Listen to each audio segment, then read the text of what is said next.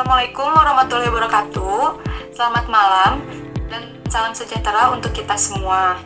Pertama-tama kita panjatkan puji dan syukur kehadirat Allah Subhanahu wa Ta'ala atas nikmat dan kesempatan yang diberikan sehingga kita dapat berkumpul pada malam hari ini. Pada kesempatan ini, kami merasa sangat terhormat dan berbahagia dapat melakukan wawancara bersama Ibu Nira yang merupakan guru kelas 6 di MI As-Salam. Topik wawancara kita hari ini adalah pelaksanaan pembelajaran bahasa Indonesia di sekolah dasar. Kami berharap melalui wawancara ini kita dapat memahami lebih dalam bagaimana capaian pembelajaran, elemen, konten, metode, dan serta masalah yang dihadapi oleh guru bahasa Indonesia SD. Untuk memulai, saya ingin menyampaikan terima kasih kepada Ibu Nira atas waktu dan kesediaannya untuk berbagi pengalaman dan wawasan. Baik, tanpa berlama-lama lagi, mari kita mulai dengan pertanyaan pertama yang akan disampaikan oleh saya sendiri. Saya Ibu jelaskan capaian pembelajaran yang dihadapkan dari para siswa. Baik, sebelumnya terima kasih. Saya juga senang karena bisa diberi kesempatan untuk menyampaikan pengalaman saya sendiri. Capaian pembelajaran yang diharapkan dari siswa kelas 6 yaitu mampu menganalisis informasi dengan mengidentifikasikan ciri objek, urutan proses kejadian, dan nilai-nilai dari berbagai teks, baik itu fiksi maupun non-fiksi. Juga diharapkan setiap siswa itu mampu menyampaikan informasi secara lisan, menggunakan bahasa atau kosakata baru, juga kalimat yang efektif. Mungkin itu beberapa saja. Terima kasih kepada Ibu Nira. Untuk pertanyaan selanjutnya akan ditanyakan oleh Hesti. Baik, terima kasih Ibu Nira. Selanjutnya, bisa Ibu jelaskan elemen dan konten pembelajaran yang biasanya diajarkan dalam mata pelajaran bahasa Indonesia di sekolah Ibu? Baik, untuk elemen dan konten sendiri yang biasanya sering saya gunakan itu menyimak, yaitu anak-anak atau siswa menganalisis informasi berupa fakta dari sebuah teks, baik itu teks fiksi maupun non-fiksi. Yang kedua yaitu membaca dan memirsa, yaitu setiap siswa mampu memahami ide pokok dari setiap teks. Nah, untuk teks sendiri yang saya gunakan yaitu yang sudah dipelajari, maksudnya itu tentang teks eksplanasi dan teks laporan hasil pengamatan.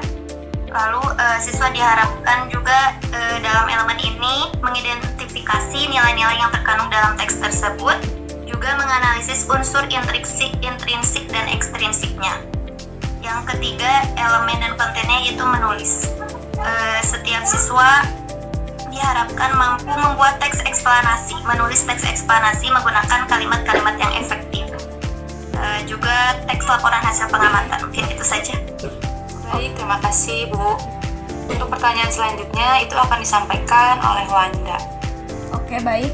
Lalu bagaimana dengan metode pembelajaran yang biasanya Ibu gunakan dalam mengajar bahasa Indonesia?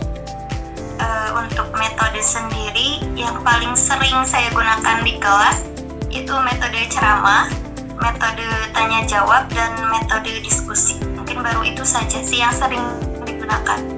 Baik Ibu, untuk media pembelajarannya apa saja yang biasanya digunakan dalam pembelajaran bahasa Indonesia?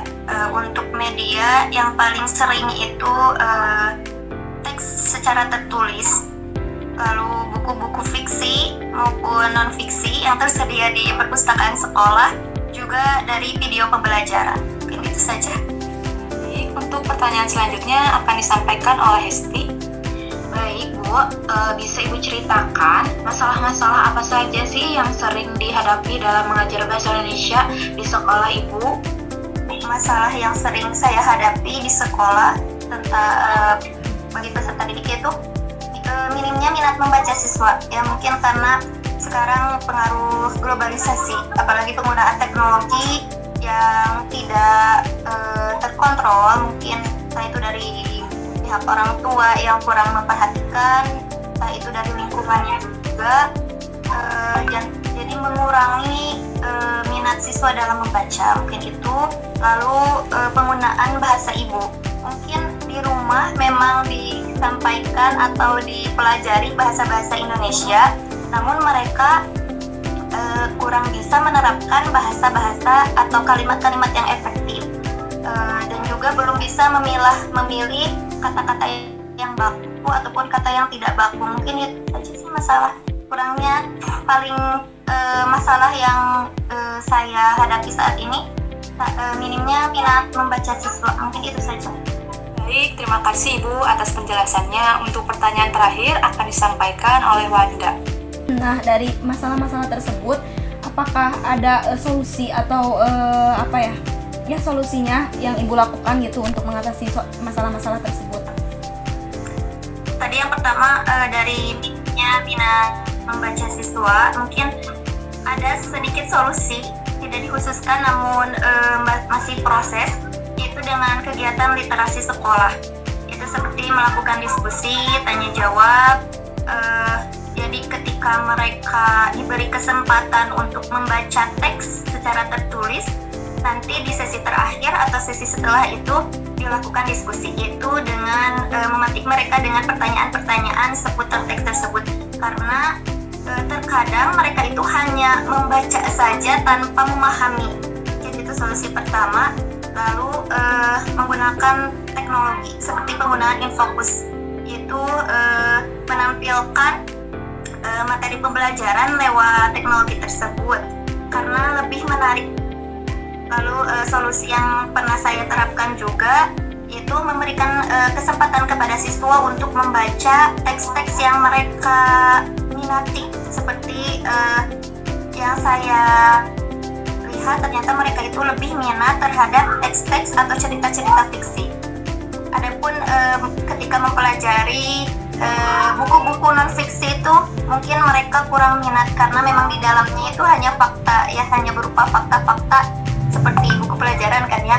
Nah, berbeda ketika mereka diberi kesempatan untuk membaca cerita-cerita fiksi, buku-buku fiksi, mereka lebih menarik, lebih minat ya, karena mungkin lebih menarik untuk mereka juga menyediakan cerita-cerita fiksi, namun di dalamnya disampaikan poin-poin tentang pembelajaran juga. Mungkin itu saja solusi yang pernah saya terapkan di sekolah. Baik, terima kasih banyak kepada Ibu Nira atas waktu dan wawasan yang telah dibagikan kepada kami semua. Wawancara ini sangat memberikan pemahaman yang mendalam mengenai pelaksanaan pembelajaran bahasa Indonesia di sekolah dasar. Kami berharap apa yang telah disampaikan dapat menjadi inspirasi dan acuan bagi guru-guru lainnya dalam meningkatkan kualitas pembelajaran. Sekali lagi, terima kasih atas partisipasi Ibu Nira dan semoga wawancara ini memberikan manfaat yang luas. Saya akhiri dengan ucapan terima kasih dan mohon maaf jika ada kekurangan dalam pelaksanaan sesi ini. Wassalamualaikum warahmatullahi wabarakatuh. Selamat malam dan sampai jumpa di kesempatan berikutnya ya Ibu. Terima kasih Ibu.